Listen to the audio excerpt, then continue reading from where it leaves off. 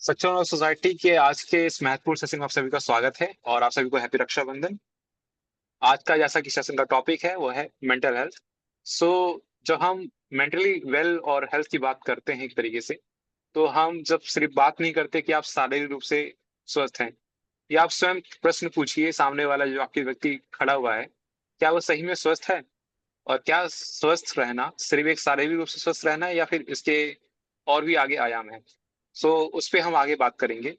और जैसा कि ये topic after Covid and Covid के बाद से काफी रेलेवेंट रहा है।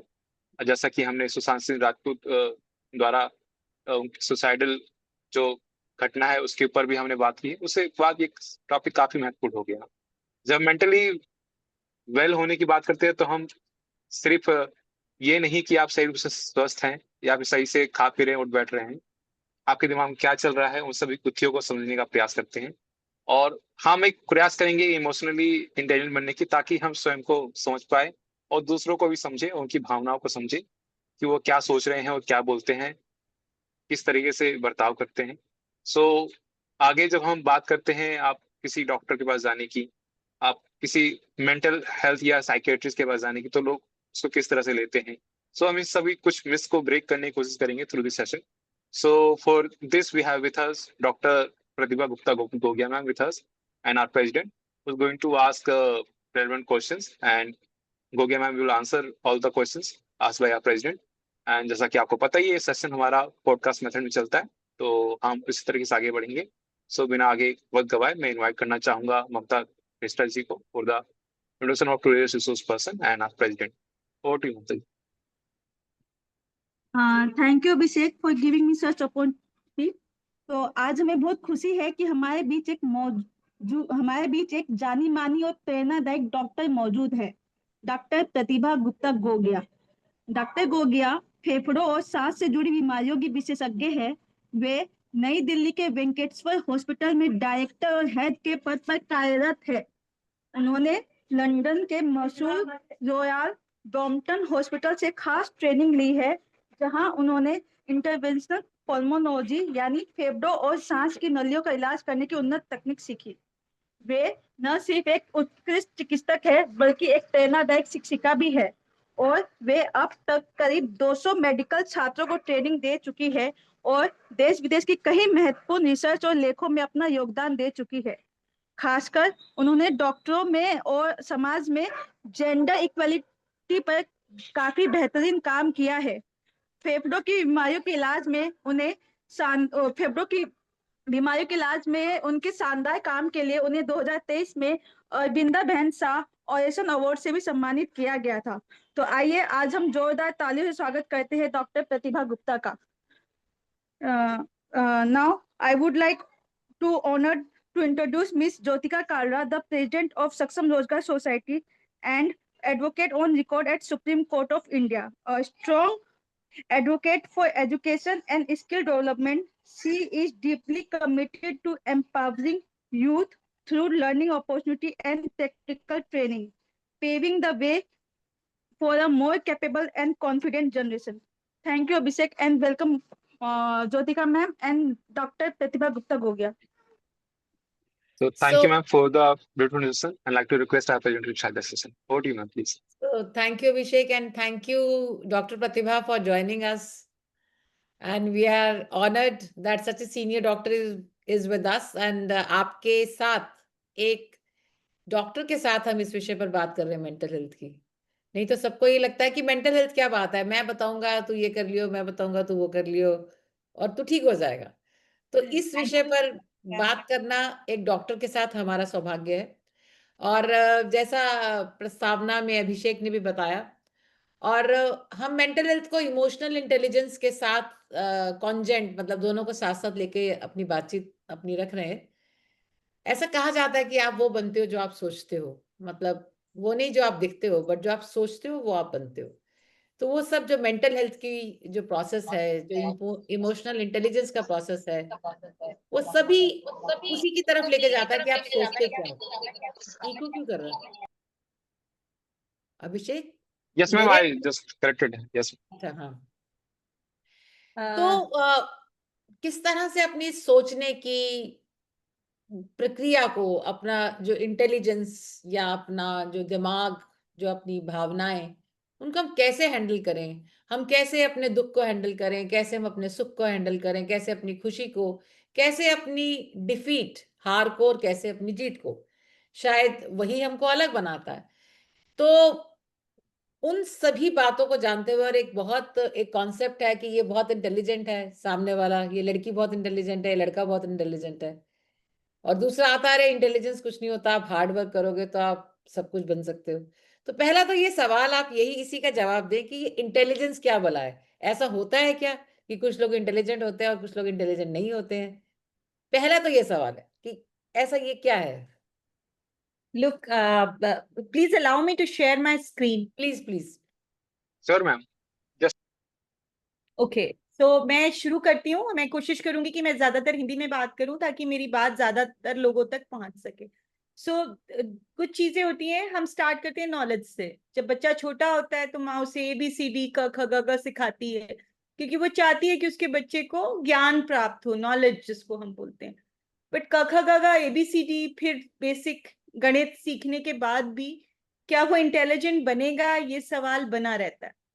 तो इंटेलिजेंस एक वर्च्यू है, जैसे क्रिएटिविटी है, कुछ लोग अच्छी ड्राइंग कर लेते हैं, है ना, तो वो भी एक अपनी तरह से इंटेलिजेंट होते हैं। कुछ लोग अच्छा बातचीत कर लेते हैं। तो इंटेलिजेंस को केवल नंबरों से कनेक्ट करना या सक्सेस से कनेक्ट करना रॉन्ग, गलत है। तो पहले ज्ञान की प्राप्ति, फिर उसका उचित इस्तेमाल, इन दोनों का जो कॉम्बिनेशन है वो इंटेलिजेंस है। तो अब मतलब अलग अलग प्रकार के इंटेलिजेंट है, जैसे आपने बताया।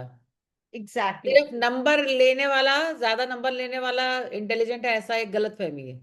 केवल वही इंटेलिजेंट है। वो हाँ, केवल वही। इंटेलिजेंट है क्योंकि उसने अपने सब्जेक्ट को अच्छे से ग्रास्प किया है। हो सकता है उसकी मेमोरी, कुछ लोग बहुत सारे, आप 3 इडियट्स हम लोग ने देखी है, तो उसमें एक चतुर एक अलग तरह का इंटेलिजेंट है, और द अदर गाय जो आमिर खान है वो एक अलग तरह का इंटेलिजेंट है।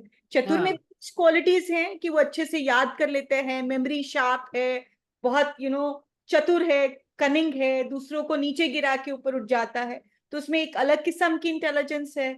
दूसरा बंदा है जो अपने कॉन्सेप्ट्स को समझता है, उसमें अलग किस्म की इंटेलिजेंस है। तीसरा आदमी है जो फोटोग्राफी करता है, उसमें एक क्रिएटिव इंटेलिजेंस है। एक चौथा बंदा है जो बहुत डरता है, बट बहुत मतलब ठीक ठीक है, आप में हम में से, मतलब we can relate to different people in that movie. So हर आदमी इंटेलिजेंट है, बट एक अलग तरह से इंटेलिजेंट है। तो केवल इंटेलिजेंस को सक्सेस या नंबर मार्क्स के साथ जोड़ना, वो बड़ी मतलब एक बहुत ही लिमिटेड सोच है हमारी। तो आपके घर की मेड बड़ी इंटेलिजेंट है, 10 मेड्स आती हैं, एक आदमी, एक 15 दिन में सीख जाती है, एक 5 दिन में ही आपको देख के खाना बन, तो she has her own intelligence, she has her own power of intelligence. तो इंटेलिजेंस को केवल अच्छी नौकरी, अच्छी कमाई, अच्छे नंबर, अच्छे ग्रेड्स, अच्छा एडमिशन से कनेक्ट करना एक बहुत लिमिटेड, हमारी जो सोच है वो बहुत संकीर्ण सोच है, जिससे हम पलते बढ़ते हैं। पेरेंट्स यही कहते हैं, देखो कितना इंटेलिजेंट है, उसको ग्रेड A+ मिला है, वो कितना इंटेलिजेंट है, देखो पियानो कितना अच्छा बजा रहा है।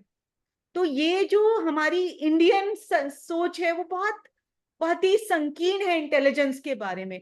और जब ये इमोशनल इंटेलिजेंस की बात उठी, तो मुझे लगा कि हम तो मैं उस जनरेशन की हूँ, Jyotika will relate with me, कि जहां केवल पढ़ाई वाली इंटेलिजेंस पे जोर दिया जाता था। हम उस जनरेशन से बाहर निकले जहां बुजुर्ग बोलते थे कि पढ़ोगे लिखोगे तो बनोगे खराब, नवाब नवाब आप और खेलोगे कूदोगे तो होगे बनोगे खराब। खराब। मेरे पिताजी की जनरेशन थी, फिर उन्होंने हमें क्या दिया, हमें कहा कि खेलो कूदो, होलिस्टिक अप्रोच दी मेरे फादर ने मुझे, कहीं खेलो भी, पढ़ो भी, खाओ भी, पियो भी। तो उनकी जो इंटेलिजेंस थी वो उनके पिताजी से एक कदम आगे गई। उनके पिताजी उन्हें खेलने से मना करते थे, चाहे वो कंचे हो या क्रिकेट हो, बट मेरे पिताजी ने मुझे कहा कि 2 घंटा खेलो, 1 घंटा खेलो, 5 घंटे पढ़ाई करो, बट सिंसियरली करो। बट उस कंपोनेंट पे भी मेरी जनरेशन में इमोशंस का कोई वो नहीं था। अगर आप गिरते थे और रोते थे तो कहते थे क्यों रो रहे हो, don't be a sissy girl, रोना किस बात का है। ऐसे ही कोई लड़का रोता था तो, या माय ब्रदर, मेरा भाई था, मुझसे 3 साल छोटा है, वो नेल पेंट लगाता था, हमारे साथ कढ़ाई क्रोशिया करता था। तो हर टीचर यूज्ड टू से कि तुम्हारा नाम भारत से भारती रख देते हैं। हाँ, So that kind of atmosphere हमारी generation, I'm 50, I've no, I don't, these days women don't hide their age, so I'm 50. तो हमारी generation में एक stereotypical वो थी।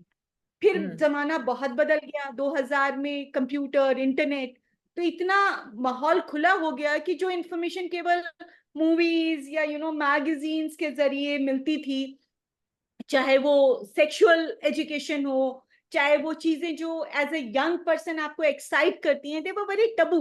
And then suddenly the economy opened up by mister Manmohan Singh, the education also opened up.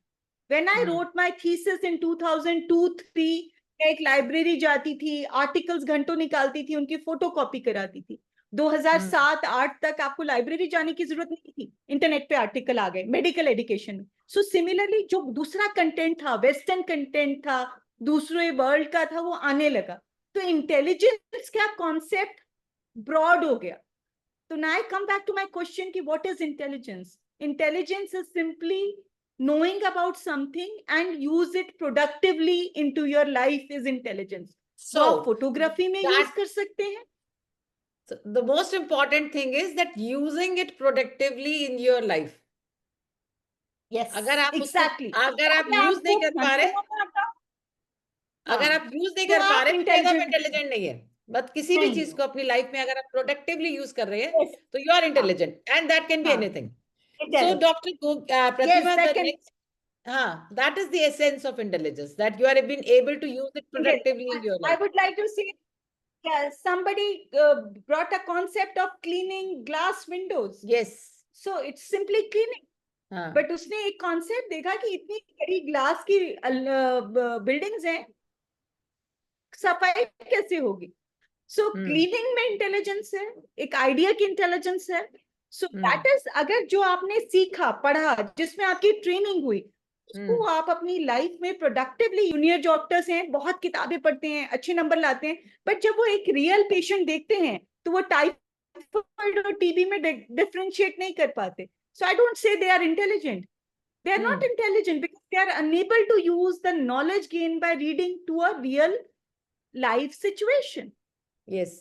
So, Dr. Pratibha, the next question is कि जो लोग emotionally intelligent होते हैं, क्या वो सभी इंटेलिजेंट होते हैं, या जो इंटेलिजेंट होते हैं वो इमोशनली भी इंटेलिजेंट होते हैं? मतलब इमोशनली मतलब भावनात्मक स्तर पे, कि वो डर के ऊपर होते हैं, वो घबराते नहीं है, तो इस तरह का भी कोई कॉम्बिनेशन है क्या?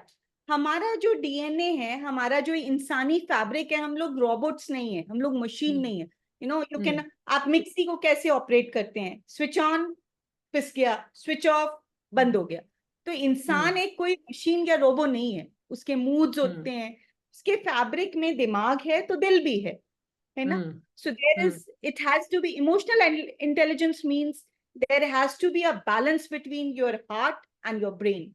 You have that is what emotional intelligence is. Give me 2 minutes. Hindi. I would like to share my screen. आपके network, yes ma'am, you can share your screen ma'am. Simple. Dr. Pratibha, I think Abhishek will share the screen. Okay. Mera, I really don't know how to share it. I'll open my presentation, and can you share it for me, Abhishek? Ma'am, you need to share your profile PPT with me first. I have to share it with you. It's a very short PPT. Give WhatsApp me your करते हैं आप? email. WhatsApp कर दीजिए please. मैं WhatsApp कर दूं? मैं आपको मेल कर रही हूँ, या WhatsApp कर देती हूँ मैं आपको, ठीक है? So it's a very small PPT, so I'll share it with you. So मैं उसमें चाहूंगी कि मैं थोड़ा scientifically, ताकि people have a visual impression what I mean.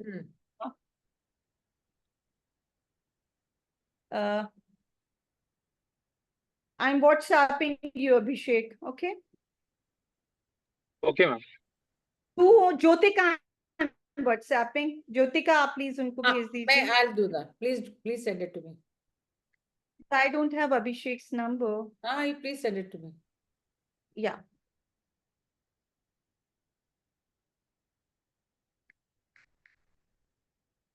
आप जारी रख सकते हैं प्रतिभा। हाँ हाँ। सो मैंने आपको भेजा है, शायद आपको मिला होगा, आप चेक करके अभी बताएं। अभी तो नहीं आया। इमोशनल इंटेलिजेंस हमारी ओवरऑल इंटेलिजेंस का I एक have not कंपोनेंट received है। प्रतिभा the WhatsApp. अभी मैं भेजती हूँ आपको।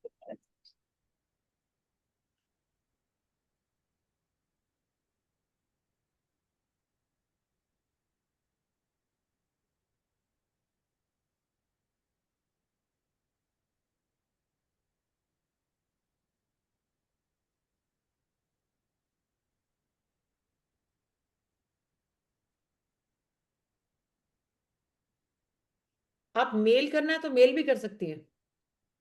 Okay, I try. मैंने आपको भेजा है, आपको मेरे उसमें दिखा रहा है, may be it's the network thing. मैं I don't know. इसको बाहर रखती हूँ, पहुंच जाएगा आपको, 1 सेकंड में पहुंच जाएगा। 1 मिनट इधर आना बच्चे।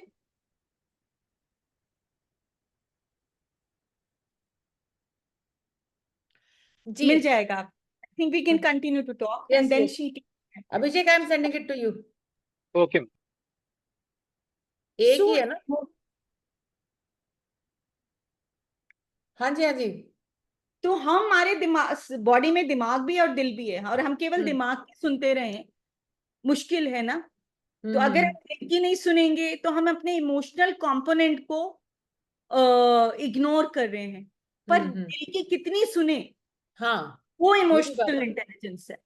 सो हम दिल कहता है कि टीवी देखते रहो, रील्स देखते रहो, पढ़ाई मत करो। तो वहां पे लाइन ड्रॉ करें। दोस्तों के साथ गप्पे मारते रहो बट मेहनत ना करो, होमवर्क ना करो। तो दिल और दिमाग का जो बैलेंस है वो इमोशनल इंटेलिजेंस है। अच्छा, तो एक चीज बताएं कि दिल और दिमाग का बैलेंस इमोशनल इंटेलिजेंस है। कैसे, कौन से ऐसे लोग होते हैं कि जिनके रिलेशंस बहुत अच्छे स्ट्रांग होते हैं, मतलब उनको घड़ी घड़ी रोना नहीं पड़ता, चिल्लाना नहीं पड़ता, चीखना नहीं पड़ता, उनके काम मतलब थोड़ा सा बोलते हैं उनके काम हो जाते हैं, और कुछ को वही काम कराने के लिए बहुत चीखना चिल्लाना पड़ता है, बहुत जोर लगाना पड़ता है। तो क्या है वो क्या, हाउ, दो दो लोग अलग अलग कैसे है वो? Actually, I'll say these are temperamental differences. So number one, everybody is different. We should accept that we are different, number one. Then we can work on ourselves कि ये हमारी वीकनेस है। अरे भाई, वो तो कैसे काम करता है कि उसकी सब लोग सुन लेते हैं और हमारी क्यों नहीं सुनते।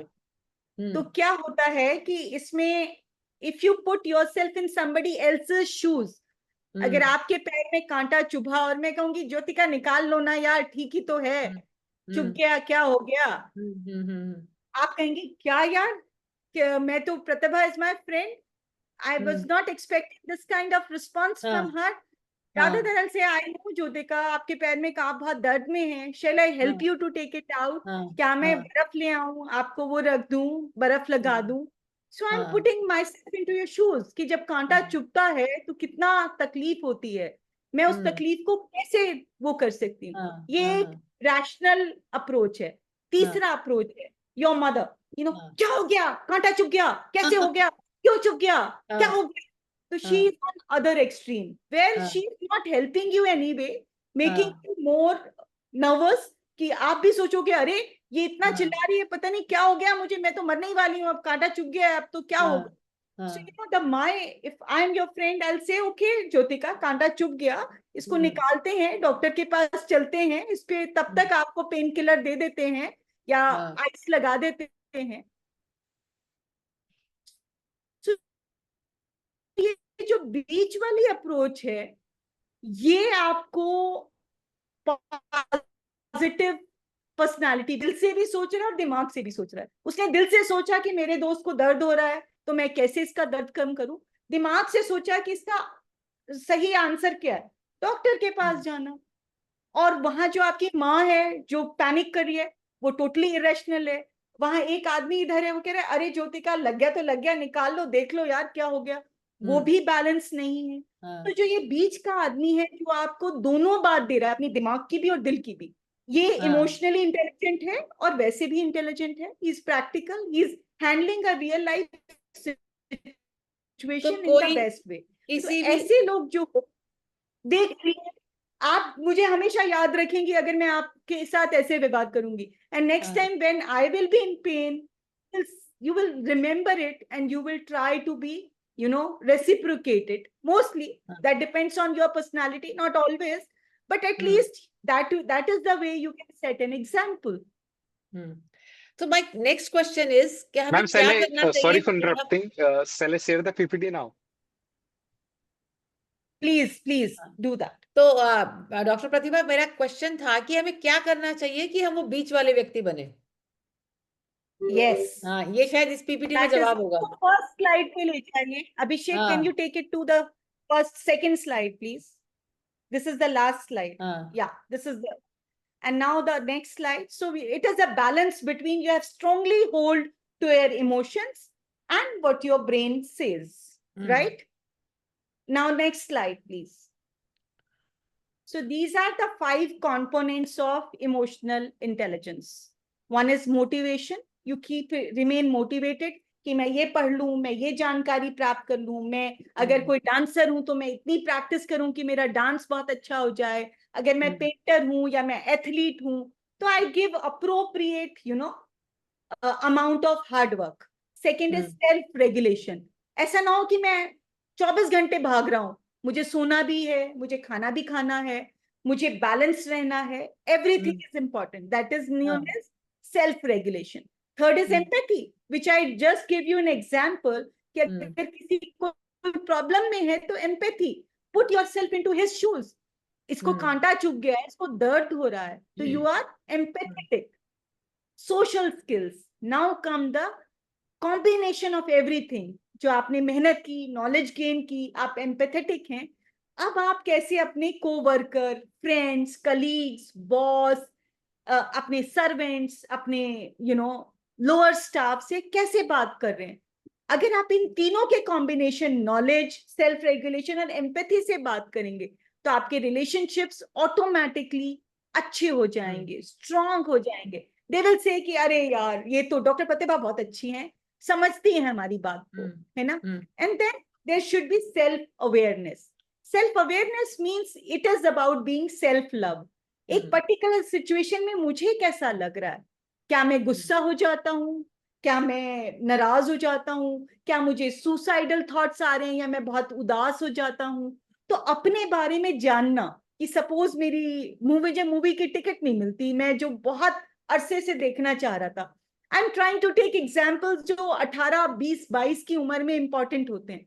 या मैं यार मेरी फ्रेंड से मैंने डेट तय की, उसने तो आने से मना कर दिया, ठीक है, अब मुझे ये कैसे अफेक्ट कर रहा है, मैं तो बहुत उदास हो गया, ना मेरा खाना खाने का दिल कर रहा है, ना मेरा बात करने का दिल कर रहा है. तो मेरी फीलिंग क्या है, उदासी की feeling. Now we go back to self regulation. क्या इतनी उदासी ठीक है? वो मेरी दोस्त है, अगर वो मुझे परवाह करती तो शायद आती, या उसकी माँ बीमार थी, उसके फैमिली में प्रॉब्लम थी, आई अंडरस्टैंड कि वो नहीं आ पाई, don't not worry, maybe next time she will come. तो here comes the role of controlling or rationalizing your emotion, which is known as self-regulation. So I will tell all youngsters that these are the 5 components of a emotionally intelligent person, जो हम अगर रोज practice करेंगे हर situation में तो हम अपनी emotional intelligence को improve कर पाएंगे. क्या क्या प्रैक्टिस करना है? दोबारा जाएं उस स्किल पर, उस स्लाइड पर. हमें खूब मेहनत करनी है, अपने सब्जेक्ट में स्ट्रांग होना है, मोटिवेटेड रहना है, but at the same time हमें बैलेंस क्रिएट करना है. हम ऐसा ना हम 24 घंटे पढ़ते रहें, खाने पीने, हेल्थ पे इग्नोर कर दें, तो हमें वो भी नहीं करना. हमें 6 घंटे सोना है, हेल्दी डाइट लेना है, मेहनत करनी है, जिम भी जाना है, एक्सरसाइज भी करनी है. And then third component is empathy.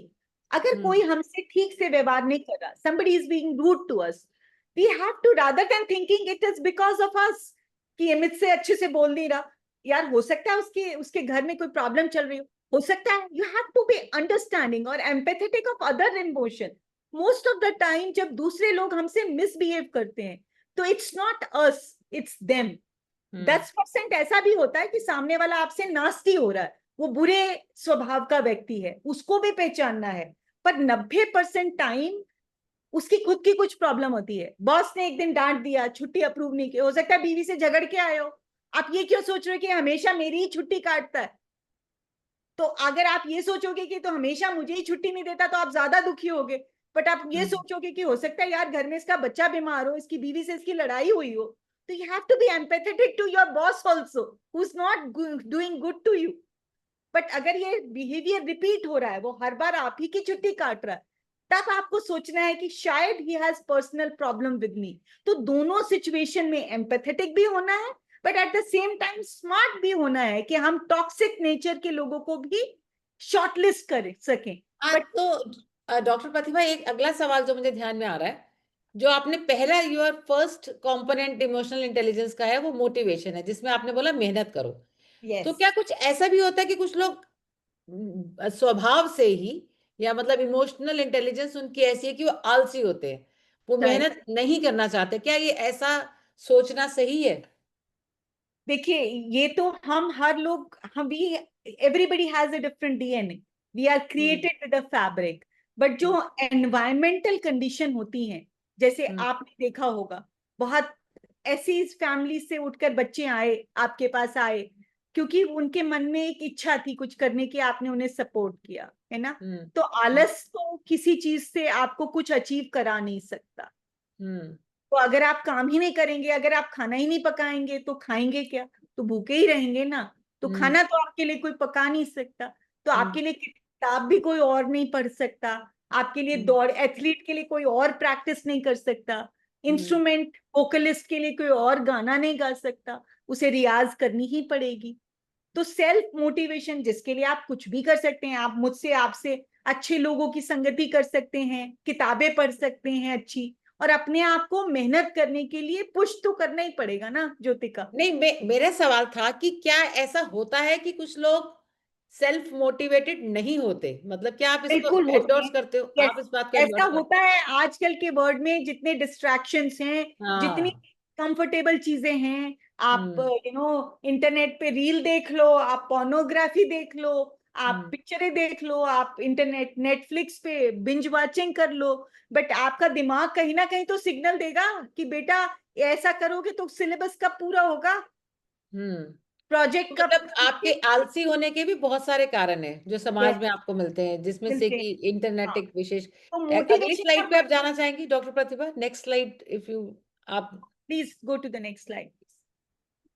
ये I'll take it in the last. This is the gist of our all questions. तो आगे Abhishek You next. can continue with the questions. Okay, so doctor Pratibha, जो अगला हमारा सवाल आता है कि किस तरह से हम इंश्योर करें कि हम अपने वर्क प्लेस पे, क्योंकि हम ज्यादा करके जो हमारा ये सारा कम्युनिकेशन और पर्सनालिटी डेवलपमेंट का जो ये सीरीज चल रही है, वो हम यंगस्टर्स को काम के स्थान पर कैसे उनको बिहेव करना है वो फोकस्ड है। तो काम के स्थान पर एट देयर वर्क प्लेस उनको कैसा बिहेव करना चाहिए इमोशनली या मेंटल हेल्थ के स्टेटस से, कि उनको ऑफिस में उनको भी अच्छा लगे और जिस जगह पे वो काम कर रहे हैं उनके एम्प्लॉयर को भी अच्छा लगे उनके साथ काम करना। तो क्या ऐसी कुछ मोटी मोटी बातें हैं काम के स्थान पे, वर्क प्लेस पे? देखिए, वर्क प्लेस पे एक प्लेजेंट आदमी जो सबसे एक अपने बिना फ्रिक्शन के या मिनिमम फ्रिक्शन के काम कर पाता है, क्योंकि आप वर्क प्लेस में तरह तरह के लोगों से मिलते हैं, है ना। तो अब मिनिमम फ्रिक्शन कैसे हो, हाँ, सवाल और ये आप ये, हाँ मिनिमम, अब सवाल ये है कि हम क्या करें कि मेरा और आपका फ्रिक्शन फ्रिक्शन, कम से कम। हाँ, फ्रिक्शन को एक बार तो आप इसकी एक्सप्लेन कर दें डॉक्टर प्रतिभा, फ्रिक्शन से मतलब क्या है उसको थोड़ा सा बता दें। फ्रिक्शन मतलब आपस में घर्षण। हम रेगमाल से उसको स्मूथ करने के लिए, तो आपस में जो होता है दैट इज फ्रिक्शन, क्योंकि रेगमाल जो भी उबड़ खाबड़ चीजें होती है उनको स्मूथ कर देता है। बट जब हम काम पे जाते हैं, हम ये स्मूथनिंग चाहते हैं, बट हमारे व्यवहार से, हमारा बॉस बहुत गुस्से वाला है सपोज, ठीक है, अब हमें उसके साथ नौकरी तो करनी है भाई, पैसे तो कमाने हैं, घर में बच्चे हैं, बीवी है, फीस भी देनी है, व्हाट टू डू। सामने वाला कैसा होगा इसको तो मैं कंट्रोल नहीं कर सकती, मुझे तो अपना रिएक्शन, अपना हाव भाव कंट्रोल करना है। मैं घुसती हूँ, वो कहता है तुम ऐसे क्यों चले, तुमने ऐसे क्यों किया, वो बहुत ही डिफिकल्ट पर्सनालिटी है, उसको तो मैं नहीं कह सकती कि sir you are very difficult to work with, maybe कह भी सकते हैं थोड़े समय बाद, बट पहले नौकरी करोगे तब तो कहोगे। तो क्या कर सकते हैं, इसके 2 ही 3 4 ही कारण तरीके हैं जिसको हम वर्क प्लेस पे एम्प्लॉय कर सकते हैं। फर्स्ट, मोटिवेशन या सेल्फ रेगुलेशन। हम इतने पढ़े लिखे, हम अपने काम में अच्छे बने कि हम उसको काम में कोई नुक्स निकालने का हम सेटिस्फाइड हो कि मैं अपना काम ठीक कर रहा हूँ, मैं इसको कोई नुक्स निकालने का मौका नहीं दे रहा। मैं डॉक्टर प्रतिभा, आपके नेटवर्क में थोड़ा सा इशू है। Okay, I just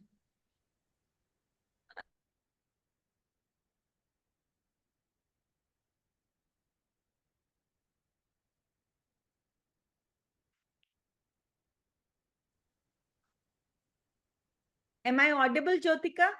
you are audible अभी तो। तो पहला इसका क्रक्स है प्रोफेशनल बिहेवियर। टाइम से छुट्टी लेना, इन्फॉर्म करना, अपनी तरफ से अच्छा काम करना, टाइम से पहुंचना, लेट नहीं होना, लेट हो तो इन्फॉर्म करना, पहला, ताकि उसको कोई मौका ना मिले अपनी इरिटेशन या अपनी उस पे आपके ऊपर निकालने का।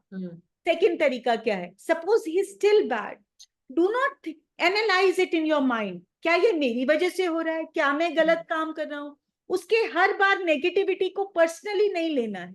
आपको लगता है कि अगर उसने ये जो कमेंट किया है ये मेरी गलती से था तो मैं उसको इम्प्रूव कर लूंगा, बट अगर वो सारी चीजें जनरली कह रहा है, मैंने कोई मिस्टेक नहीं की, have confidence in your abilities, उसके जजमेंट को पर्सनली मत लीजिए।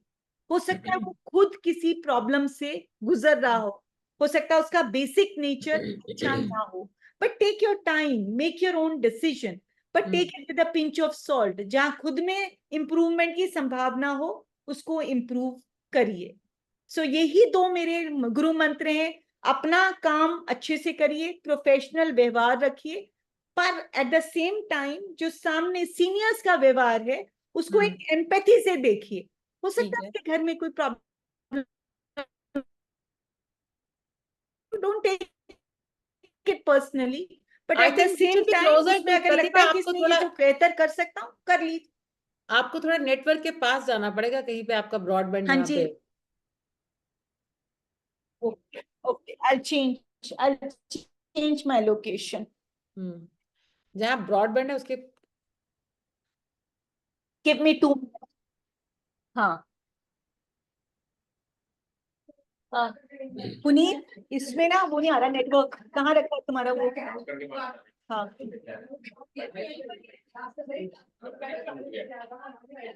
वो कह रहे हैं बीच बीच में ना डिस्कनेक्ट हो रहा है, तो राउटर कहाँ रखा है?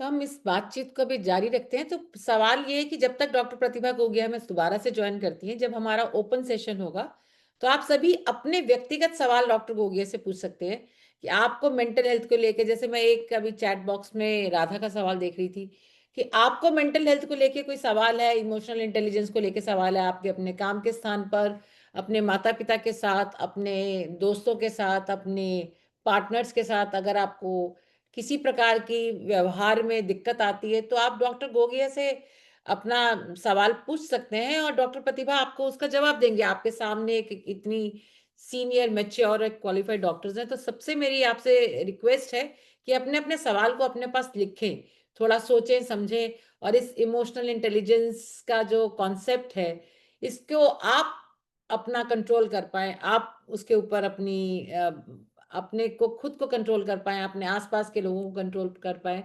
पर संभव वो तभी है जब हम सीरियस हैं। हमें जब तक ये लगता है कि हमें अपने व्यवहार को सुधारना है, तो आज इस बातचीत के जरिए हम डॉक्टर गोगिया से जो जानकारी प्राप्त करेंगे उसमें हम वो सब चीजें सीखेंगे।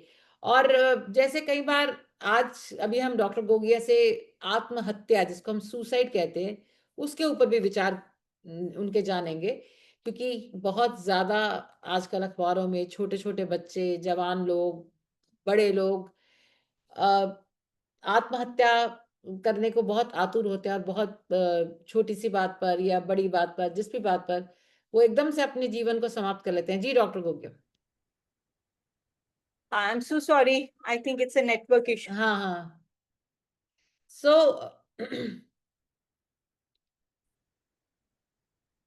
Yes. Hello, am I audible? Yes yes yes. So I think doctor Pratibha, अगला सवाल जो अपने को लगता है कि क्या हम जब किसी के साथ, जैसे हम एम्पैथी और हम बॉस के नेचर की बात कर रहे थे, क्या हमारे पास इतनी कोई कला या हुनर है कि हम दूसरे के व्यवहार को बदल सकें? मतलब क्या चेंज कर सकते हैं सामने वाले के व्यवहार को? ये सबसे इम्पॉसिबल, सबसे मुश्किल काम है। हाँ। चाहे वो आपका स्पाउस हो, चाहे वो आपकी मदर हो, चाहे वो आपके फादर हो, चाहे वो आपके फ्रेंड्स हो, आप उनके व्यवहार को मोटे तौर पे बदल नहीं सकते। आप अपने फर्स्ट स्टेप है, आप अपने रिएक्शन को बदल सकते हैं, आप रिस्पॉन्ड कर सकते हैं, चाहे वो आपके बच्चे हो। एंड बिलीव मी, जब आप रिएक्शन से रिस्पॉन्स पे आ जाते हैं, एक तो तरीका है कि बॉस ने चिल्लाया, आपने मुंह बनाया, आपने कुछ बोला, you know what, that is reaction. दूसरा तरीका है कि उसको गुजर जाने दीजिए। अगले दिन बॉस के पास जाइए और बताइए कि सर मुझे 2 मिनट चाहिए अपनी सिचुएशन एक्सप्लेन करने के लिए। तो that is response. May be next time boss आपके ऊपर गालियां देने से पहले सोचेगा कि ये आदमी रैशनली बिहेव करता है। But I like your point सबसे ज्यादा, कि आप दूसरे के व्यवहार को बदल नहीं सकते, नहीं सर, आप सिर्फ जब उसके तक वो ध्यान में ला सकते हैं। ध्यान में ला सकते हैं। that's तो it. हम अभी जो इस बातचीत को, जैसे हमारी पहले भी बात हुई कि हम मेंटल हेल्थ पे बात कर रहे हैं, इमोशनल इंटेलिजेंस पे बात कर रहे हैं, अखबारों में आए दिन हम खबर पढ़ते हैं। जैसे एक 12 साल का बच्चा स्कूल गया, उसने चेन पहनी हुई थी, टीचर ने उतार ली, घर आके वो पंखे से लटक जाता है। एक 16 साल की स्कूल की स्टूडेंट पंखे से लटक जाती है। एक लड़का, जब उसके नंबर कम आते हैं, ये मैं छोटे बच्चों की बात कर रही हूँ, 18 साल से कम उम्र के, पर अगले एज ग्रुप की मैं अलग से बात करूंगी। वो उसके 11th में वो फेल हो गया, तो वो आके आत्महत्या कर लेता है। तो इतने छोटे बच्चों को ये जो आत्महत्या करना, ये सुसाइड करने का जो ये प्रोसेस है, वो उसको आप कैसे देखती हैं? मतलब क्या दिमाग में क्या चलता है, और उसके आसपास जो माता पिता हैं, जो समाज है, वो कैसे उसको इस एक्सट्रीम स्टेप से, इस आत्महत्या के स्टेप से रोक सकता है? इन दोनों चीजों का आप एक बार बताएं उसके बारे में। ज्योतिका, इसमें 2 कंपोनेंट्स हैं। एक तो बचपन से ही ऐसा माहौल उसको मिला कि वो कभी भी अपनी फैमिली में विश्वास नहीं डेवलप कर पाए। एक तो ये हमारी, मैं नहीं चाहती कि मैं माता पिता को इंडिविजुअली ब्लेम करूं, बट जो हमारी फैमिली डायनेमिक्स है हिंदुस्तान में, वो बहुत अनएक्सेप्टिंग है, वो बहुत करेक्टिंग डायनेमिक्स है। हर बच्चा अलग होता है, बट हम उसको एक्सेप्ट नहीं करते हैं। हम उसको कंपेयर करते हैं पड़ोसी के बच्चे से, दोस्त के बच्चे से, और हमारा टोटल फोकस रहता है सक्सेस इन लाइफ। और सक्सेस इन लाइफ की कोई डेफिनेशन नहीं है ना?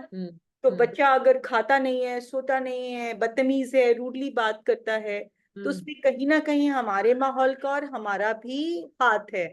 और वो इतना चेंज करना, वो माइंडसेट चेंज मांगता है कि जो माँ और बाप खुद बहुत सक्सेसफुल, यू नो, IITians हैं, डॉक्टर्स हैं, या लॉयर्स हैं, या बहुत ही समाज के प्रतिष्ठित लोग हैं, तो वो अपने बच्चे को एक कुकी कटर अप्रोच में डाल देते हैं कि मेरा बच्चा एक बेस्ट कुकी बनना चाहिए। तो भगवान ने एक आपको इनोसेंट सी सोल दी है, वो हो सकता है आपसे बहुत अलग हो, उसमें हो सकता है अपने दादा के गुण आए हो, या नाना के आए हो, या नानी के आए हो, या 10 जनरेशन पहले वाले जीन्स उसमें आए हो। तो उसको, ये हमारी हिंदुस्तान की माहौल की प्रॉब्लम है। तो हम उसको इतना विश्वास कभी दे ही नहीं पाए कि वो अपनी फेलियर्स को हमसे बात कर सके, हमसे गले लग सके, अपनी जो डाउन, मतलब अपनी सैडनेस को हमसे शेयर कर सके। तो we have failed that child as a society. एक तो ये बात है।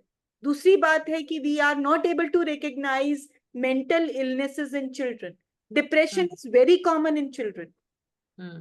कारण उसका हमारा ही व्यवहार है, हमारी फैमिली डायनेमिक्स ही है, हमारा माहौल ही है।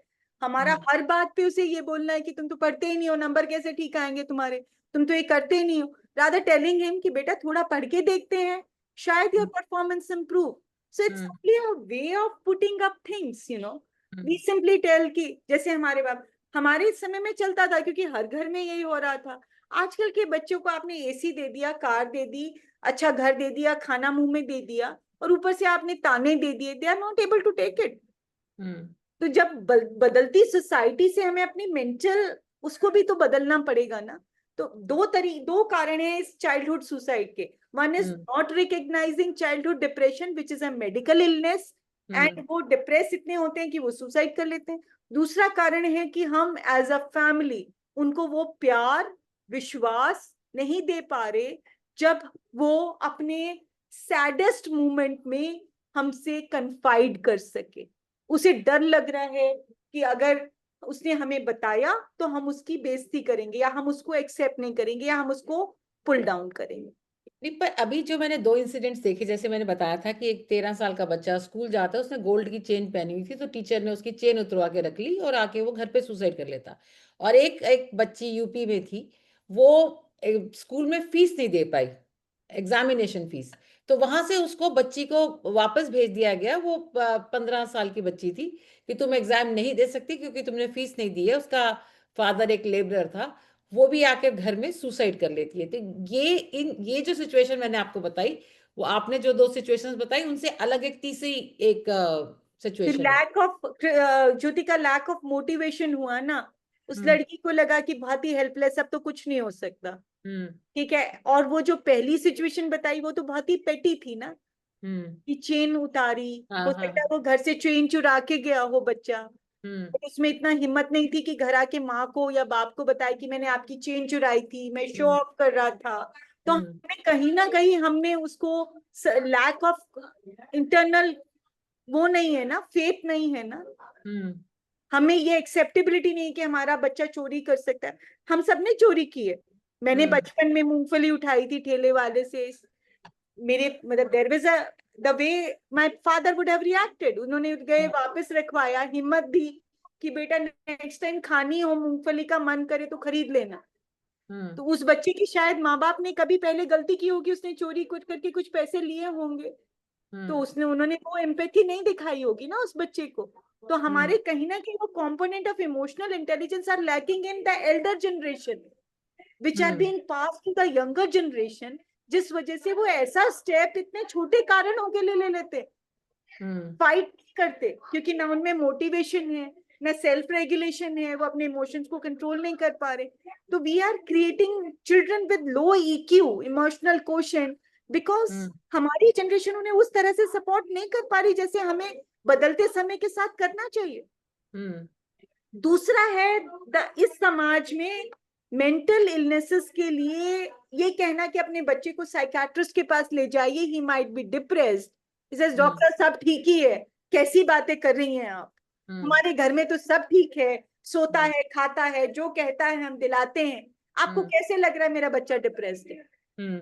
वो आपको ही कहता है यार इस डॉक्टर को बदलो, ये तो क्या बात कर रहा है, हमारी फैमिली पे धब्बा लगा रहा है कि हमारे घर के बच्चों को डिप्रेशन हो गया। और एक डॉक्टर साहब, हम और जो जैसे हमारे बहुत युवा हमारे पार्टिसिपेंट जुड़े हुए हैं जिनकी आयु कुछ 20 से 30 के बीच में है, तो जो जो पार्टनर्स होते हैं, जो गर्लफ्रेंड बॉयफ्रेंड, या इस रिलेशनशिप में भी सुसाइड के काफी इंसिडेंट्स देखे जाते हैं। और या फिर सुसाइड के अलावा जैसे ब्रेकअप भी होता है, तो बहुत रोना और बहुत दुखी होना और बहुत ज्यादा ओवर उसको रिएक्ट करना। मतलब एक जो अंग्रेजी का शब्द होता है मूव ऑन, वो शायद मतलब समझ में नहीं आता कैसा इस डायलमा को आप एज ए डॉक्टर कैसे आप इस पे कैसे आप देखती हैं? ज्योतिका, मतलब जो आप कह रही हैं वो एक भ्रांति है, यू नो। लाइफ है तो अप्स एंड डाउन्स हैं, लाइफ है तो सक्सेस और फेलियर है। सक्सेस आपको कम सिखाती है, फेलियर आपको ज्यादा सिखाती है। तो what I always tell my children, or the people, students whom I train. Success is okay. You have to be humble because it might not repeat itself. And failure should motivate you to look inside कि हम अंदर झांके कि क्या खराब हो गया है. No situation is so serious कि हम उसके ऊपर बहुत मतलब उस पर विचार करें, बट उसकी वजह से हम बीमार हो जाएं मानसिक रूप से नहीं है. बट ये बात समझ नहीं आती 18 साल के बच्चे को, या उसको समझ आनी थोड़ी मुश्किल है ना. वो उसको ऐसे सेटबैक लेता है कि अब लाइफ में मेरे कुछ भी नहीं बचा, ये लड़की चली गई, मैं मतलब कितनी बेइज्जती हो गई, मेरे 4 दोस्त क्या कहेंगे. और मतलब वो सोशल समाज के बारे में सोचता है, अपने बारे में सोचता है कि मैं तो इस इवेंट से डिस्क्राइब होता हूँ. बट आपकी जिंदगी एक घटना नहीं है. बचपन से हमारे कितने दोस्त आए गए, बिछड़े, कुछ से लड़ाई हुई. तो गर्लफ्रेंड भी एक लड़की है. 140 करोड़ का देश है जिसमें 70 करोड़ लड़कियां हैं. एक नहीं मिली तो दूसरी मिल जाएगी. Maybe she is not compatible with you. Number 1. जब मैं यंग थी तो एक पहली बार में मेरा नहीं डॉक्टरी में सिलेक्शन हुआ, दूसरी बार में हुआ. My father asked me कि अब क्या करना है. I was an intelligent student but I could not get into the medical on the first after 12. तो इससे पापा पढ़ा नहीं था, स्कूल बहुत दूर था, बट मुझे उम्मीद है, मतलब आई एम प्रीटी श्योर कि एक अटेम्प्ट और लेना चाहिए. I deserve it. He was worried. He was not less confident, but he was worried कि दूसरी बार में नहीं होता क्या होगा. I said कि नहीं होगा, देख लेंगे, जो आप कहोगे तब कर लेंगे, but let me take my second attempt. थोड़ा कॉन्फिडेंस मिला, थोड़ा उनका सपोर्ट मिलके हम डॉक्टर बन गए. फिर एमडी किया. एमडी में भी पहली बार पास नहीं हुए. तो सबने कहा कि देखो पहली बार पास नहीं हुई. मैंने कहा कुछ सिचुएशंस थी, प्राइवेट हॉस्पिटल में ट्रेनिंग थी, गंगाराम में टीबी नहीं आता था, सारे सवाल तो टीबी में पूछे गए. अब साल भर टीबी पढ़ते हैं, ठीक हो जाएंगे. तो in all situation I analysed my situation with motivation and with self awareness कि मेरी कमी क्या थी. तो I will suggest all these youngsters कि nothing is the end of the world. Neither a girl, nor a job, nor a failure in exam. They give you a kick, a lesson. चलो हमने TB 1 साल पढ़ा, TB institute में नौकरी ले ली, SR बनना चाहिए था, जेआर बन गए क्योंकि पास होना था. तो थोड़ा क्लैरिटी ऑफ विजन कि मैं चाहता क्या हूँ. तो दिस इज सेल्फ अवेयरनेस कि मैं लाइफ में क्या चाहता हूँ.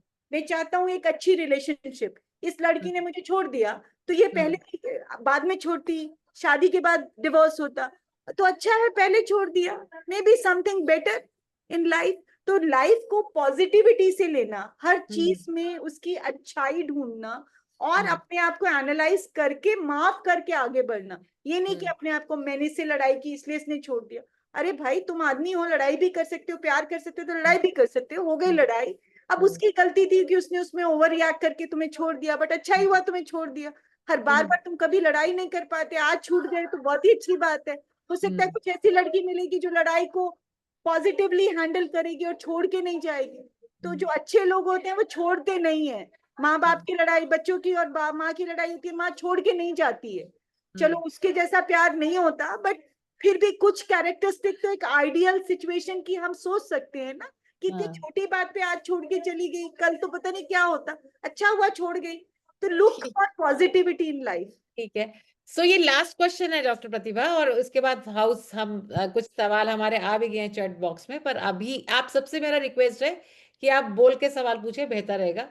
तो जो हमारी इमोशंस होती हैं, जैसे डर की, जैसे खुशी की, जैसे कि मतलब घबराहट की हो रही है, तो क्या हमें उसको दबाना चाहिए, हम प्रिटेंड करें कि हम नहीं डर रहे, या हमको उस डर को शेयर करना चाहिए, खुशी को शेयर करना चाहिए, या वो उस पे बताएं कैसे हम उसको बैलेंस करते हैं. देखो हम आदमी हैं, हम रोबोट नहीं हैं. तो that is the basic difference between machine and human being. Accept your emotions, own your emotions, feel proud of your emotions, never feel ashamed of your emotions. जो आपके लोग हैं, जो आपके लिए सही हैं, देखो, दुनिया में इतने सारे लोग हैं, सब तो आपके शुभ चिंतक या हितैषी नहीं हो सकते। हम इसको बोलते हैं इनर सर्कल। तो जो आपका इनर सर्कल होता है, आपका हाथ कट जाए, आप अंधे हो जाएं, चेहरे पे एसिड गिर जाए, आपको बीमार हो जाए, पर वो आपको छोड़ेगा नहीं। That is known as your inner circle. तो आपके लिए कौन इंपॉर्टेंट होना चाहिए? Your inner circle only, number 1। Number 2, own your emotions. कभी इमोशंस को ये मैं बहुत ज्यादा गुस्सा करता हूँ, हाँ मैं बहुत ज्यादा गुस्सा करता हूँ। जब आपने ये बोल दिया, हाँ आपने ओन कर लिया कि मेरा गुस्सा ज्यादा है, ज्यादा वर्ड है, तो आप ऑटोमेटिकली उस ज्यादा को कम कर रहे हैं। आप कॉन्शियस हैं, सेल्फ कॉन्शियसनेस। तो नेवर डिसोन योर इमोशंस। मेरा ब्रेकअप हो गया, मैं बहुत उदास हूँ, हाँ मैं बहुत उदास हूँ, पहले ठीक है अभिषेक, आप कैरी इट फर्दर अभिषेक। हाँ, Sure, ma'am. So thank you, ma'am, answering each and every questions. And now I'd like to open this house, but first हम एक फोटो लेने चाहेंगे साथ में, एक रिपोर्ट पर्पस के लिए। तो आपसे इससे दरख्वास्त है, रिक्वेस्ट है कि आप अपने कैमरास को ऑन कर लीजिए please.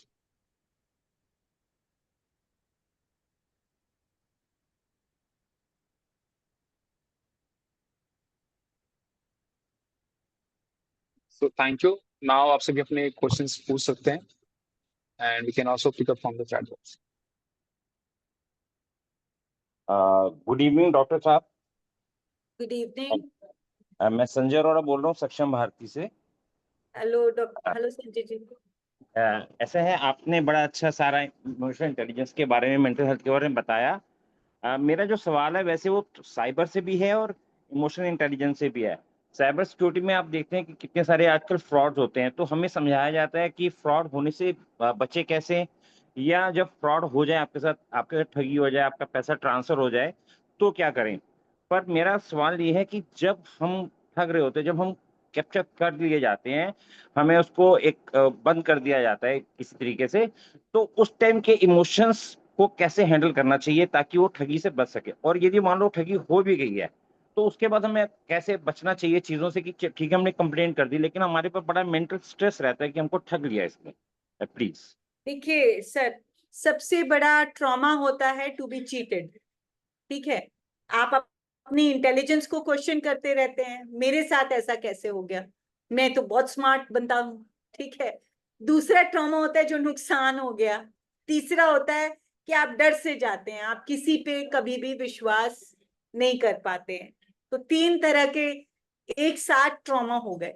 I know it is a setback, I know आप उदास रहेंगे, बट लाइफ में एक, अगर हम उसी तीनों चीजों में अटके रहेंगे तो हम आगे नहीं बढ़ पाएंगे। और हम आगे बढ़ना चाहते हैं, हम कोई भी नहीं चाहता कि वो एक ही जगह अटका रहे। तो ठीक है, 1 दिन 2 दिन इस ट्रॉमा में हमने उदासी में बिता लिए, फिर सोचना पड़ेगा कि मैं कैसा हूं। मैं तो ऐसा नहीं हूं, ना मैं किसी को ठगता हूं, ना मैं किसी को वो करता हूं, बट ठीक है, मैं स्मार्ट होऊंगा, नेक्स्ट टाइम ब्लाइंडली फेथ नहीं करूंगा। बट मेरे जैसे या मुझसे दुनिया में बहुत तरह के लोग हैं, तो इस बार मैं ऐसे लोगों को पहचानने की नेक्स्ट टाइम कोशिश करूंगा ताकि मैं इस अनुभव से सीखूं। बट मैं इसको अपने आप को पीछे नहीं ले जाने दूंगा, क्योंकि मुझे आगे बढ़ना है। अभिषेक, चैट बॉक्स में सवाल है 4। Thank you ma'am, sure ma'am. Thank you. So हमारे पास क्वेश्चंस आए हैं। राधा ने पहला क्वेश्चन लिखा है कि please define empathy and sympathy with example. With example. Empathy and sympathy, या एम्पैथी होती है जब आप अपने आप को उसमें नहीं रखते, आप आउटसाइड रहते हैं। सपोज आपके फ्रेंड की मदर की डेथ हो गई, ठीक है, तो आप कैसे रिएक्ट करेंगे? सिंपैथी तो ये है कि आप भी रोने लगे, आप भी डिप्रेस हो जाएं, तो you are being sympathetic. But जब आप भी रोने लगेंगे, वो भी रो रहा है, आप भी रो रहे हो, आप उसकी हेल्प कैसे करोगे? तो सिंपैथी प्रोडक्टिव नहीं होती, सिंपैथी बेचारापन लाती है। बेचारेपन से तो आज तक कोई चीज सॉल्व नहीं हुई। मेरे को बहुत गुस्सा आता है, मैं बड़ा बेचारा हूं, मैं अपने गुस्से को कंट्रोल नहीं कर सकता, ये एक नेगेटिव इमोशन है। Sympathy is slightly negative word, empathy is a positive word.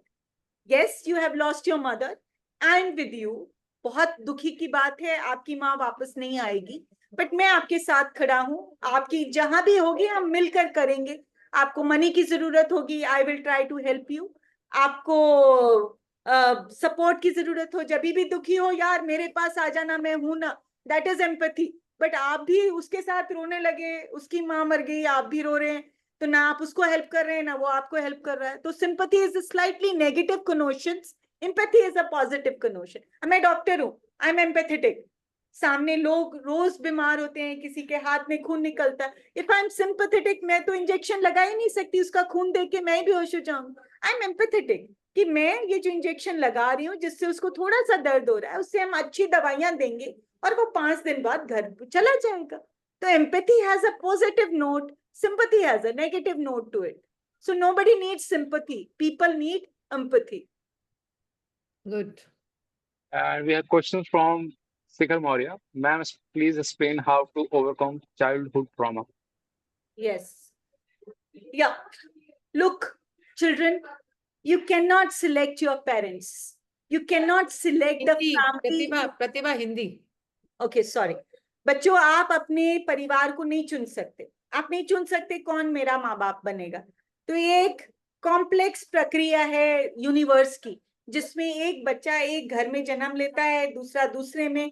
कौन किस घर में जाएगा ये आपके हाथ में नहीं है। तो जब आपके हाथ में अपने परिवार, अपने सिचुएशन और उसको चूज करना नहीं है, तो उस प्रॉब्लम जो आपके बचपन में आई, शायद आपके फादर आपको पीटते हो, आपकी मदर डिप्रेशन में हो, या फादर एक ड्रंकर्ड हो, या किसी को चाइल्डहुड अब्यूज का सामना, सेक्सुअल अब्यूज का सामना करना पड़ा हो, किसी टीचर ने गलत हाथ लगाया हो, बहुत सारे सिचुएशन हो सकते हैं। बट उसमें आपकी तो कोई योगदान ही नहीं है ना। यू वर सिंपली अनलकी, आपका भाग्य या डेस्टिनी या एक कॉम्प्लेक्स केमिकल रिएक्शन ऐसा था कि आप उस सिचुएशन में थे। मैं हमेशा बोलती हूँ कि जब रेप होता है तो हम उस लड़की को विक्टिमाइज कर देते हैं, जबकि उसकी कोई गलती नहीं है, उस बेचारी के साथ तो गलत काम। विक्टिमाइज तो जिसने रेप किया उसको करना चाहिए, और वो लड़की शर्मिंदगी के मारे, उसकी क्या गलती थी कि अगर रात को किसी कारणवश, चाहे बेवकूफी वश, वो अपने मतलब उसने सोचा कि वो दोस्तों के साथ मस्ती करके आएगी, तो उसकी क्या गलती थी। हर आदमी खुश होना चाहता है, हर आदमी मस्ती करना चाहता है। तो don't play a victim card कि मेरे साथ बचपन में ऐसा हो गया, उसमें आपका कोई योगदान नहीं था। नेचर ने आपको वहां पुट कर दिया उस सिचुएशन में, तो उसको पीछे छोड़िए, बोलिए हो गया सो हो गया, मेरी तो उसमें कोई गलती नहीं थी। और वाकई आपकी या मेरी या किसी की भी कोई गलती नहीं है उसमें। तो जब आप अपने आप को माफ कर देंगे, अपने आप को प्यार करेंगे कि मैं तो ठीक हूँ, सिचुएशंस अच्छी नहीं थे, लेट मी मूव फॉरवर्ड, तो आप आसानी से पीछे रख के कहेंगे कि मुझे तो आगे बढ़ना है, मेरा एम है जिंदगी में खुश रहना, अच्छा करना। वो जो हुआ सो हुआ, क्योंकि मेरा उस पे, मैं अपनी माँ नहीं चुन सकता, बाप नहीं चुन सकता, घर नहीं चुन सकता, पैसा नहीं चुन सकता। तो जो हमारे कंट्रोल में नहीं है उस पे क्या आंसू बहाएं, जो हमारे कंट्रोल में है उस पे काम करें ना। And thank you, ma'am. And we have question from Naresh Kumar. Ma'am, मेरा सवाल ये है कि हमें छोटी छोटी इंसिडेंट को लेकर ओवर थिंकिंग होने लगता है, और ओवर किसी और थिंकिंग, काम, हाँ ओवर थिंकिंग, आप भी उसमें देख सकते हैं प्रतिभा। और डॉक्टर काम पर फोकस नहीं कर पाते, तो इसे कैसे ओवरकम करें? इसको कहते हैं माइंडफुलनेस। बच्चों, माइंडफुलनेस का बहुत बड़ा टर्म है। माइंडफुलनेस वर्ड छोटा है बट इसका मतलब बहुत बड़ा है। मैंने भी अभी सीखा, after going through so much. I am a very emotional person, ठीक है, मैं बॉस भी हूँ, एक emotional boss, a female emotional boss जो हर चीज को दिल से लगाती है। बट फिर मैंने सीखा कि ना तो पास्ट पे मेरा कोई कंट्रोल है ना फ्यूचर पे। अगर मैं अपनी पीछे की व्यवहार को, गलतियों को, अपनी शॉर्टकमिंग को सोचती रहूं, अरे मैंने वो ऐसा किया वैसा किया, तो प्रॉब्लम है। अगर मैं ये चिंता करती रहूं परसों क्या होगा, क्या मैं आज ठीक कर रही हूँ, तो भी प्रॉब्लम है, आज ही ठीक नहीं कर पाऊंगी। तो ओवर थिंकिंग को रोकने का सबसे अच्छा तरीका है live in the present moment, B in the moment. Thoughts आएंगे कि कल ये पढ़ लेते तो आज पेपर अच्छा हो जाता, थॉट आएंगे पेपर लिखते हुए कि परसों नंबर कम आएंगे तो फेल हो जाऊंगी, दोबारा करना पड़ेगा, बट पेपर लिखो। उन थॉट्स को कहो you keep where you are, I will be mindful, I will be in the present. अभी जो मुझे आता है बेस्ट लिख देती हूँ, शायद 33 नंबर, हमारे तो मेडिसिन में 50 चाहिए होते थे पास करने के लिए। तो बहुत बार मैंने देखा कि अगर आप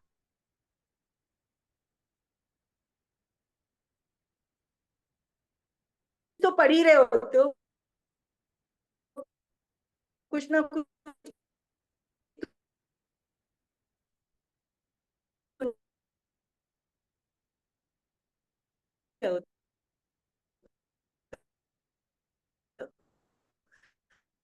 बट जो हमारी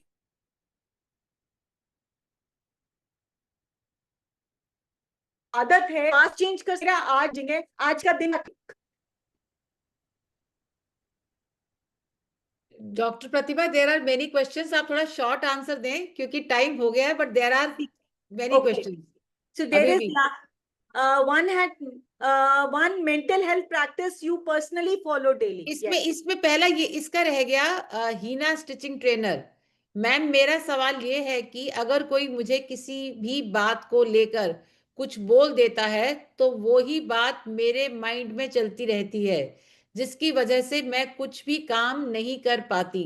बस मेरा माइंड उन्हीं बातों को थिंकिंग करता रहता है। इसको कैसे कंट्रोल करें? क्योंकि सवाल और भी है, तो आप थोड़े शॉर्ट आंसर्स दें। श्योर। तो हिना कुछ जी, हैंड रेज भी है। हाँ, तो हिना जी, अगर कोई आपको बार बार कुछ बोलता है तो उसको 5 मिनट शांत बैठकर एनालाइज कीजिए, क्या वाकई मैंने ये गलती की थी कि वो मुझे ऐसा बोले। अगर आप अपने में कॉन्फिडेंस रखते हैं, आपको लगता है नहीं मेरी वजह से नहीं बोला, तो फिर सोचिए कि उस बेचारे बंदे के साथ जो बार बार बोलता है उसी की कोई इश्यू है।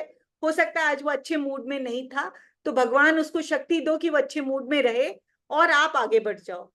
ठीक है, तो 2 minute reflection and then find it out कि अगर आप में प्रॉब्लम है तो आप उसको सुधार लें, और आपको लगता है आप ठीक थे और वो गलत था तो गिव इट टू हिम और आगे बढ़ जाइए। ममता का क्वेश्चन है, बड़ा इंटेलिजेंट क्वेश्चन है कि आप स्ट्रेस, एंजाइटी और डिप्रेशन तीनों को कैसे डिफरेंशिएट करती हैं, और what is one mental health practice you personally follow daily? देखो, स्ट्रेस, एंजाइटी और डिप्रेशन में ये तीनों एक ही चीज के डिफरेंट लेवल्स हैं। स्ट्रेस सिचुएशनल होता है, कल मेरा पेपर है, परसों मेरे को डेट पे जाना है नए लड़के के साथ, स्ट्रेस है। जैसे ही वो खत्म होगा स्ट्रेस खत्म हो जाएगा। एंजाइटी एक आदत होती है, हम हर चीज से पहले नेगेटिव सोचना शुरू कर दें या परिणाम के बारे में शुरू कर दें तो हम एंजाइटी करते हैं और वो धीरे धीरे हैबिट बन जाती है। हम रोटी बनाएंगे, सब्जी बनाएंगे तो भी एंजाइटी होगी कि सब्जी ठीक बनेगी कि नहीं बनेगी। तो स्ट्रेस को अगर हम अपनी हैबिट बना लें, हर नए काम, हर सिचुएशन से पहले हम स्ट्रेस करना, तो वो एंजाइटी में। और अगर एंजाइटी का एक सिवियर रूप डिप्रेशन, जिसमें हम मान ही लेते हैं कि हम कुछ भी ठीक नहीं कर सकते, तो I think we should try to stop at the level of stress. Okay, कल मेरा पेपर है, वर्स्ट क्या हो सकता है, मैं फेल हो जाऊंगी, मुझे 6 महीने बाद दोबारा पेपर देना पड़ेगा, पर मैं कोशिश करती हूँ कि मैं पास हो जाऊं।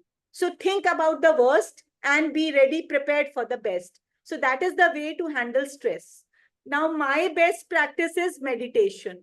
You know, every day 10 minutes sit with yourself, and second thing is journaling. अपनी इमोशन को रोज नहीं, हफ्ते में एक बार, 3 दिन में एक बार, कोई डिफरेंट सिचुएशन हो तो जर्नल करो कि मैं बहुत मुश्किल फेज से गुजर रही हूँ, आजकल मुझे नींद नहीं आती है, मुझे लगता है कि ये मेरा बॉस मुझे बहुत बेवजह तंग करता है। जब आप ये सब जर्नल करोगे अपनी फीलिंग्स, नीचे 5, 7, 10 मिनट बाद क्लैरिटी आ जाएगी। जब आप ये लिख रहे होगे वो बेवजह तंग करता है तो आप सोचोगे यार मैं टाइम से नहीं आती इसलिए वो इरिटेट हो जाता है, कल से मैं टाइम से जाऊंगी। फिर आप सोचोगे कुमारी, आपका सवाल पूछिए प्लीज, उसके बाद अंकुश।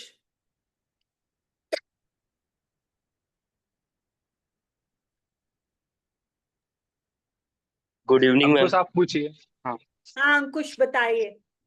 मैम, मेरा सवाल ये है कि कभी कभी ऐसा होता है ना, लेक्चर या कोई क्लास में क्लास करते हैं जब, तो उसमें मतलब लेक्चर वो पढ़ा रहे हैं जैसे, कुछ हमारे ब्रेन मतलब दिमाग में कुछ और ही चलता रहता है, उसको ना समझ पाने, ऐसा होता रहता। बस यही एक क्वेश्चन था मेरा मैम। बेटा ये सबके साथ होता है, हमारे साथ भी ऐसा होता था, है ना।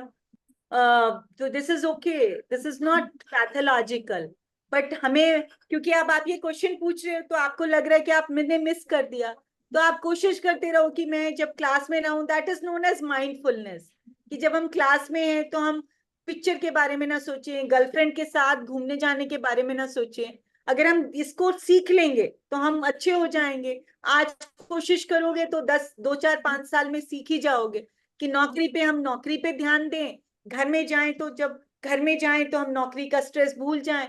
This is known as mindfulness बेटा, ये प्रैक्टिस से आती है। अगर आप रोज मेडिटेट करोगे, थोड़ा समय exercise, physical exercise is a very good thing to concentrate, to improve your focus. तो रोज अगर आधा घंटा 15 मिनट रन करते हो, सब कुछ भूल के, सारे दुख दर्द भूल के, तो physically strong person becomes emotionally strong, emotionally strong person becomes more focused, क्योंकि उसके दिमाग में बादल हट जाते हैं। उसे लगता है लेक्चर में समझना जरूरी है, उससे मेरा फायदा होगा। काजल, आपने हैंड रेज किया हुआ है, थैंक पूछना यू चाहती है काजल? Yes. हाँ, please ask, introduce yourself and ask your question. I'm Kajal. I'm from Bhagalpur, Bihar. Yes Ma'am, Kajal. I have 2 questions. Yes, ma'am. Ma'am, पहला क्वेश्चन तो मेरा ये है कि क्या कहते हैं, मैं अपने बारे में ही बोलना चाह रही हूँ। जैसे कि मैम, ऐसा होता है कि जैसे आपने बोला ना कि इग्नोर करना चाहिए कई चीजें, उनके बारे में पॉजिटिव सोच लेना चाहिए कि हो सकता है उनका ही दिन खराब होगा, इसलिए हमने ऐसा बोल दिया, है ना। तो ऐसे सिचुएशन में मेरे साथ क्या होता है कि मैं कई बार ऐसा सोचती हूँ, पॉजिटिव सोचने के लिए मतलब अपने आप को तैयार करती हूँ, बहुत पॉजिटिव सोचती हूँ, लेकिन वो मतलब मेरे दिमाग में तो मैं पॉजिटिव सोच लेती हूँ, लेकिन कहीं कहीं वो इकट्ठा होता रहता है कि उसने पहले भी तो ऐसा किया था, अभी भी किया, फिर उसके बाद उसने 3 बार 4 बार मतलब जितने बार किया, वो मेरे दिमाग में इकट्ठा होता है। फिर उसके बाद उसका गुस्सा एक बार निकल जाता है, बहुत बुरा गुस्सा निकलता है। ये बिल्कुल और नॉर्मल है बेटा, ये बिल्कुल सही कर रही हो, सही कह रही हो तुम। सबके साथ ऐसा ही होता है। हम सोचते हैं कि पहले भी तो ऐसा किया, कल भी तो ऐसा किया, बट जो तुम्हारा गुस्सा है, जो रिस्पॉन्स है, वो नेगेटिव है बेटे। ठीक है, तुमने एनालाइज की सिचुएशन कि ये आदमी तो हर बार ऐसे कर रहा है, मुझे हर बार नेगेटिव बोलता है, हर बार। गो टेल हिम, आपका रिस्पॉन्स क्या होना चाहिए। अपना एक स्क्रिप्ट तैयार करो, बोलो मैं इससे बात करूंगी। उसको जाओ बोलो, सर मैंने देखा है आप हर 4 बार ये वाली सिचुएशन में आपने मेरे साथ ऐसे बात की है, जो मुझे लगता है ठीक नहीं है ना। तो अगर वो समझदार होगा तो वो कहेगा, काजल जी मैं क्षमा चाहता हूं, मैं कोशिश करूंगा। अगर वो टॉक्सिक आदमी होगा, उसका बिहेवियर तुम्हें नीचे गिराने का होगा, तो वो यस कहेगा कि मैम, काजल तुम ठीक नहीं कह रही हो, या वो फिर वही अपनी व्यवहार। तब तुम्हारे लिए रेड फ्लैग है कि या तो मैं अपना बॉस बदल लूं, पॉसिबल हो तो, या मैं उसको ध्यान ना दूं। ये तो ऐसा ही रहेगा भाई। डॉक्टर प्रतिभा, एक जी आखिरी बिल्कुल। सवाल है, पर मुझे काफी इंपॉर्टेंट क्वेश्चन लग रहा है ये। सवाल ये है कि how does meditation affect psychological system? Look, हमारे सिस्टम को डिस्टर्ब करने वाली चीजें बढ़ती जा रही हैं, चाहे वो शोर हो, चाहे वो लोग हो, चाहे वो टीवी हो, चाहे वो इंटरनेट हो। हमारे सिस्टम पे जो दिमागी उस पे है, चाहे वो नौकरी का प्रेशर हो, चाहे वो पैसे कमाने की मजबूरी हो या इच्छा हो, तो जो हमारी सिंपल लाइफ थी वो बहुत, उसमें जो हमारे जो बाइफर्केशंस हैं वो बढ़ते जा रहे हैं। उसको हमारा ब्रेन हैंडल करने के लिए बचपन से ट्रेन नहीं है। हमारे जो चैलेंजेस थे पहले, लोग बोलते हैं, मैं नहीं कह रही कि हर कोई नदी पार करके स्कूल जाता होगा, पहले एजुकेशन आसान नहीं थी, खाना आसान नहीं था, घर में लिमिटेड चीजें होती थी, लाइफ मुश्किल थी। हम उन चैलेंजेस में उड़ते हैं, अब लाइफ हो गई आसान, even everybody is getting food. तो जब हमारे पर रियल लाइफ चैलेंज आता है, तो हमारे ब्रेन की ट्रेनिंग ही नहीं है उसके लिए, कि हम नौकरी के, दोस्ती के, रिश्तों के चैलेंजेस को हम थक जाते हैं। हमने कभी वो चैलेंज बचपन से देखा ही नहीं। माँ बाप खाना दे रहे हैं, फीस दे रहे हैं, सब कुछ हमें मिल रहा है, तो जब चैलेंज आते तो हम थक जाते हैं। मेडिटेशन क्या है? मेडिटेशन हमारे दिमाग की खुराक है। मेडिटेशन 10 मिनट सारी चीजों को छोड़ के अपने साथ बैठने की, अपने को जानने का टाइम है कि मैं कौन हूं, मैं क्या चाहता हूं, क्या मैं वाकई इतना पैसा कमाना चाहता हूँ? क्या मुझे नौकरी पसंद है या मुझे नई ढूंढनी चाहिए? Is it my? तो हमारे मन में जो डाउट्स हैं, हम काफी चीजें सोशल प्रेशर में कर रहे हैं, तो हमारे को मेडिटेशन वो समझ देता है कि अच्छा, मेरे घर में पैसे की कमी है, मुझे तो नौकरी करनी है, बॉस गाली दे या कुछ दे, 10,000 मैं उसकी गाली में भी खुश रहूंगा और नौकरी करूंगा। क्लैरिटी आ गई काजल को। काजल अब कहेगी यार चिल्लाने दो, मुझे तो 10,000 से मतलब है, अपने आप बुरा लगना बंद हो जाएगा। आपको क्लैरिटी आ गई ना मेडिटेशन करने के। वहीं काजल को लगा यार मैं तो 2 महीने छोड़ देती हूँ नौकरी, नहीं ढूंढती हूँ, मैं 2 महीने चला लूंगी बिना 10,000 रुपए की नौकरी के। तो वो काजल कहेगी भाई बॉस जी, आप अपने को सुधार लो, मुझे ऐसे बेवजह मत परेशान करो, नहीं सुधार सकते तो ये लो मेरा रेजिग्नेशन, मैं नई नौकरी ढूंढ रही हूँ। तो दोनों सिचुएशन में हु इज द विनर? काजल। और ये कैसे पता चला कि मुझे क्या चाहिए? मेडिटेशन करने से। तो अगला जो हमारा सेशन है अगले शनिवार को 16 अगस्त 2025 यही रात के 9 बजे, वो टॉपिक है डिजिटल सेल्फ डिसिप्लिन। और हमारा जो सेशन लेंगे वो मिस्टर जैन अनवर लेंगे, पिछले साल भी उन्होंने लिया, उनके मिलियंस के फॉलोअर्स हैं, यूट्यूबर हैं, और बहुत अच्छा रहेगा। सो ओवर टू यू अभिषेक। आप सभी से रिक्वेस्ट कि आप अगले शनिवार भी रात के 9 बजे डिजिटल सेल्फ डिसिप्लिन, तो डिजिटल मीडिया के साथ हमने कैसे डील करना है वो आप जानेंगे। अभिषेक। So thank you, ma'am, for taking the session. And I'd like to request Manish Kumar Misra ji for the word of thanks. Over to you, please. Good evening, dear friends and respected teachers. I, Manish, stand in front of you from Saksham Rozgar Society to deliver today's word of thanks. First of अभिषेक मेरी एक last slide.